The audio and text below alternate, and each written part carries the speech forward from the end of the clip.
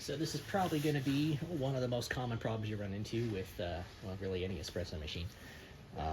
You go to make a drink, and nothing comes out. Right, so handful of things that can cause that. We're just going to run through those really quick. The most obvious one would be you've got what I've got going on here, and you ran a cleaning and forgot to take out the cleaning basket. Check that first. If it's not that, there's a handful of things it could be.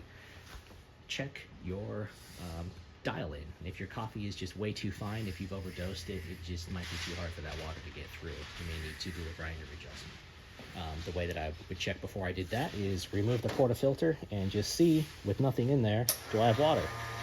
I've got plenty of water. In that case, I know it's not the machine and it's probably the coffee or the grind, right? Something like that. If, however, I have my portafilter off and I hit the button and I get no water, there are still a couple of things that it could be. The most common one, I'm going to come to a prop here. This is my group, just removed. Right here, on the right-hand side, it just looks like a bolt, like a part of the group here.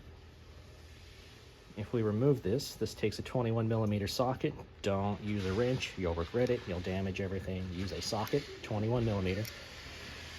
This comes out. This is a jet right here in the tip. If we can get some focus, there we go. That little hole is tiny, 0.7 millimeters. You don't want to hit that with a paper clip. You don't want to hit that with a push pin. If you bore that out and make it larger than it's designed to be, you're never going to dose right. The machine's going to tell you, I just gave you half an ounce, and you're going to look at it and say, no, you just gave me 4 ounces. And there's nothing you can do for that except to replace the part that has been bored out. So don't hit this with anything larger than designed. I use a set of welding tip cleaners. You can get a whole kit of those things, usually on Amazon for $6 or $7. They work just fine. Use the smallest one to just kind of run it through that hole. The screen on the side is removable. So you can take this off, you can rinse it out. As you're running a cleaner down through that hole, you'll see it poke through here, and you can rinse this whole thing under the sink to make sure that whatever you just knocked out of there doesn't flush right back up into the hole as soon as you use it. Put the screen back on. We'll lock this guy right back in. And that is probably 9 times out of 10 where you're going to find the problem.